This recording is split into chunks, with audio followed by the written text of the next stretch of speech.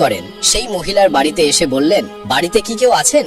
আমি একজন বৃদ্ধ ফকির, আমি অনেক দিন ধরে কিছু খাইনি, আমি খুব ক্ষুধার্ত, দয়া করে আমাকে আল্লাহর নামে কিছু দান করুন, নিশ্চয়ই আল্লাহ তোমার উদ্দেশ্য পূরণ করবেন। মহিলা ফকিরের কথা শুনে তাকে ঘরে আসতে দিলেন, তারপর তাকে 4টি রুটি খেতে দিলেন। তারপর মহিলা বললেন, আপনি আল্লাহর ফকির, আপনি কি আল্লাহর কাছে প্রার্থনা করবেন যেন আমাকে সন্তান দেন? আমার কোনো সন্তান নেই। ফকির রুটির বিনিময়ে আল্লাহর কাছে প্রার্থনা করলেন, হে আল্লাহ, এই মহিলাকে সন্তান দিন। তারপর ফকির সেই ঘর থেকে চলে গেলেন। কয়েক বছর পর হযরত মুসা আলাইহিস সালাম কোথাও ভ্রমণে যাচ্ছিলেন। পথে তিনি সেই মহিলার বাড়ির পাশ দিয়ে যাচ্ছিলেন। তখন তার মনে পড়ল সেই মহিলার কথা। তিনি মহিলার বাড়ির দিকে ফিরে দেখলেন যে সেখানে মহিলাটি একটি ছোট শিশুর সাথে আনন্দের সাথে খেলছে। মহিলাটি হযরত মুসা আলাইহিস সালামকে দেখে বেরিয়ে এসে বললেন, হে আল্লাহর নবী, আপনি বলেছিলেন যে আমার ভাগ্যে কোনো সন্তান নেই, কিন্তু আল্লাহ আমাকে একটি সন্তান দিয়েছেন। এই কথা শুনে হযরত মুসা আলাইহিস সালাম অবাক হয়ে গেলেন, আর এর কারণ জানতে তিনি তুর পাহাড়ের দিকে রওনা হলেন। তুর পাহাড়ে গিয়ে তিনি আল্লাহকে জিজ্ঞাসা করলেন, হে আল্লাহ, আপনি বলেছিলেন যে সেই মহিলার ভাগ্যে সন্তান নেই,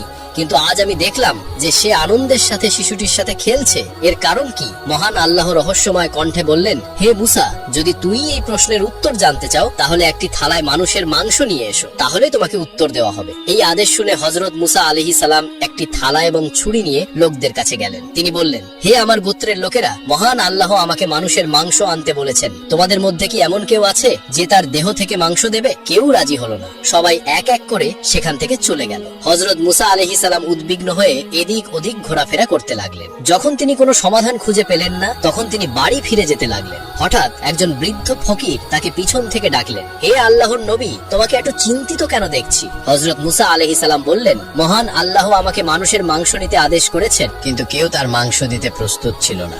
সবাই মুখ ফিরিয়ে চলে গেল। তারপর সেই বৃদ্ধ ফকির হযরত মুসা আলাইহিস সালামের কথা শোনার সাথে সাথে তার পাশ থেকে একটি ছুরি নিয়ে এসে তার দেহ থেকে কিছু মাংস কেটে হযরত মুসা আলাইহিস সালামকে দিয়ে সেখান থেকে চলে গেলেন। এটা দেখে হযরত মুসা আলাইহিস সালাম একটু অবাক হয়ে গেলেন। তারপর হযরত মুসা আলাইহিস সালাম আবার সেই মাংস নিয়ে তুর পাহাড়ের দিকে হাঁটতে শুরু করলেন এবং বললেন, হে আল্লাহ, আমি মানুষের মাংস নিয়েছি, কিন্তু যাদের কাছে আমি এটি দিতে বলেছিলাম তারা সবাই পিছন ফিরে চলে গেল। কেবলমাত্র একজন বৃদ্ধ ফকির আল্লাহর নাম শুনে তার শরীর থেকে মাংস কেটে আমাকে দিলেন। তখন মহান আল্লাহ পাক রব্বুল আলামিন হযরত মুসা আলাইহিস সালামকে ঐশী কণ্ঠে বললেন, হে মুসা, এই মাংসের জন্য সবার কাছে যাওয়ার দরকার ছিল না, তুমি নিজেই পারতে। এর মাধ্যমে তুমি তোমার প্রশ্নের উত্তর পেয়ে গেলে। সেই বৃদ্ধ ফকির আল্লাহর নাম শোনার সাথে সাথে তার শরীর থেকে মাংস কেটে আল্লাহ পাককে দান করে। সেই ফকিরের দোয়ার ফলে আমি সেই মহিলাকে একটি সন্তান দান করলাম। হে মুসা, যে ব্যক্তি আল্লাহর পথে সবকিছু উৎসর্গ করে, সে তার যা কিছু আছে তার দান করে, আল্লাহ তাআলা তাকে সবকিছু দান করেন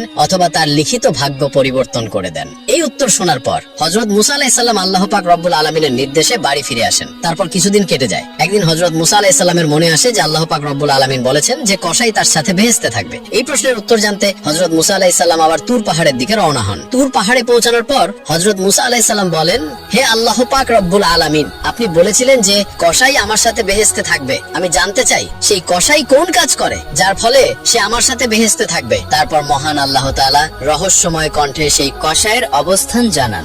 এর পরের দিন হযরত মুসা আলাইহিস সালাম সেই কসাইয়ের মাংসের দোকানটি খুঁজে বের করলেন এবং কিছুক্ষণ পর হযরত মুসা আলাইহিস সালাম দেখলেন যে কসাইটি মাংসের টুকরো নিয়ে তার বাড়ির দিকে হেঁটে যাচ্ছে। হযরত মুসা আলাইহিস সালামও কসাইয়ের পিছু পিছু হাঁটতে লাগলেন। কিছুক্ষণ পর সেই কসাই তার বাড়িতে পৌঁছে গেল। হযরত মুসা আলাইহিস সালাম দূর থেকে সেই ঘরটি দেখছিলেন, কিন্তু সেদিনের জন্য তিনি সেখান থেকে ফিরে এলেন। পরের দিন হযরত মুসা আলাইহিস সালাম আবার সেই কসাইয়ের বাড়িতে গেলেন এবং বললেন, বাড়িতে কি কেউ আছে?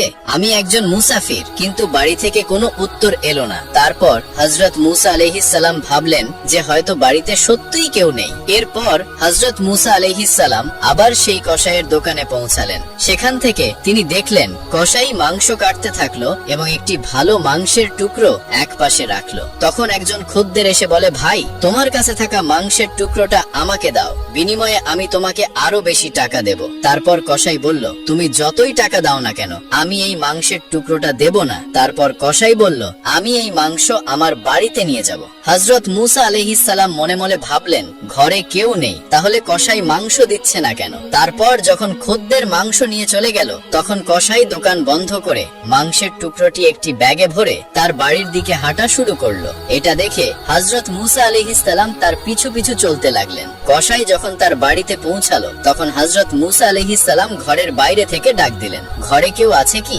আমি একজন মুসাফির। তারপর কসাই বেরিয়ে এসে হযরত মুসা আলাইহিস সালামকে জিজ্ঞাসা করলেন, ভাই তুমি কি চাও? তখন হযরত মুসা আলাইহিস সালাম বললেন, আমি একজন মুসাফির, তুমি কি আমাকে এই রাতের জন্য তোমার বাড়িতে থাকার জায়গা দেবে? আগামীকাল সকাল হলেই আমি আমার গ্রামের দিকে চলে যাব। কসাই বলল, অবশ্যই, তুমি এসেছো, আমি তোমাকে আমার ঘরে আশ্রয় দেব। তারপর কসাই বলল, তুমি এখানে বসো, আমি কাছের ঘরে কিছু কাজ করছি। এই বলে কসাই সেই ঘরের দিকে চলে গেল।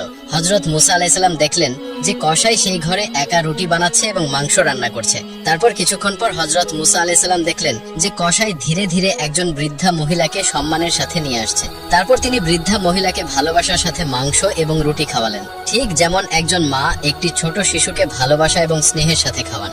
কিছুক্ষণ পর কসাই হযরত মুসা আলাইহিস সালামের কাছে কিছু মাংস এবং রুটি নিয়ে এসে বললেন, এ মুসাফির ভাই, তোমার খাবার নাও, আমি কিছু সময় নিয়েছি, এর জন্য আমি দুঃখিত।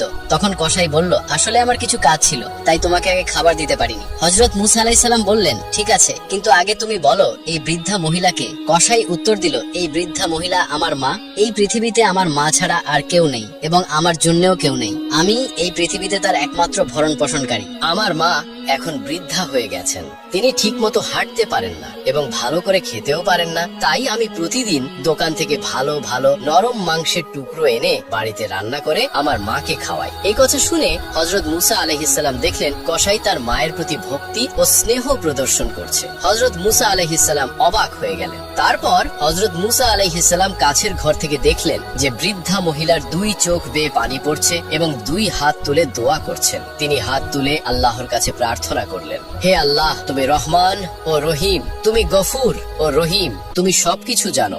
এই পৃথিবীতে এমন কিছু নেই যার খবর তোমার কাছে গোপন থাকে। হে আল্লাহ, মা হয়ে আমি তোমার দরবারে আমার ছেলের জন্য প্রার্থনা করেছি। আমার এই ছেলেকে হযরত মুসা আলাইহিস সালামের সাথে জান্নাতে যাওয়ার তৌফিক দিও। তারপর হযরত মুসা আলাইহিস সালাম বাড়ি না গিয়ে তুর পর্বতে চলে গেলেন। তুর পর্বতে গিয়ে হযরত মুসা আলাইহিস সালাম বলেন, আমি কসাইয়ের বাড়িতে গিয়ে দেখলাম যে কসাই তার মায়ের সেবা ছাড়া আর কিছুই করে না। তারপর এক রহস্যময় আওয়াজের মাধ্যমে মহান আল্লাহ পাক রব্বুল আলামিন বলেন, হে মুসা, তোমার জানা উচিত যে কসাই তোমার সাথে বেহেশতে যাবে। এর কারণ হলো তার মায়ের সেবা এবং তার মায়ের প্রতি ভালোবাসা। কসাইয়ের মা তার ছেলের জন্য প্রার্থনা করছিলেন যে আল্লাহ, আমার ছেলে কসাই যেন হযরত মুসা আলাইহিস সালামের সাথে বেহেশতে যায়। আল্লাহ তাআলা কখনোই মায়ের প্রার্থনা প্রত্যাখ্যান করেন না। হে মুসা, কসাইয়ের আসল কাজ হলো তার মায়ের প্রতি ভালোবাসা, সেবা এবং স্নেহ, যার কারণে সে তোমার সাথে বেহেশতে যাবে। সুবহানাল্লাহ।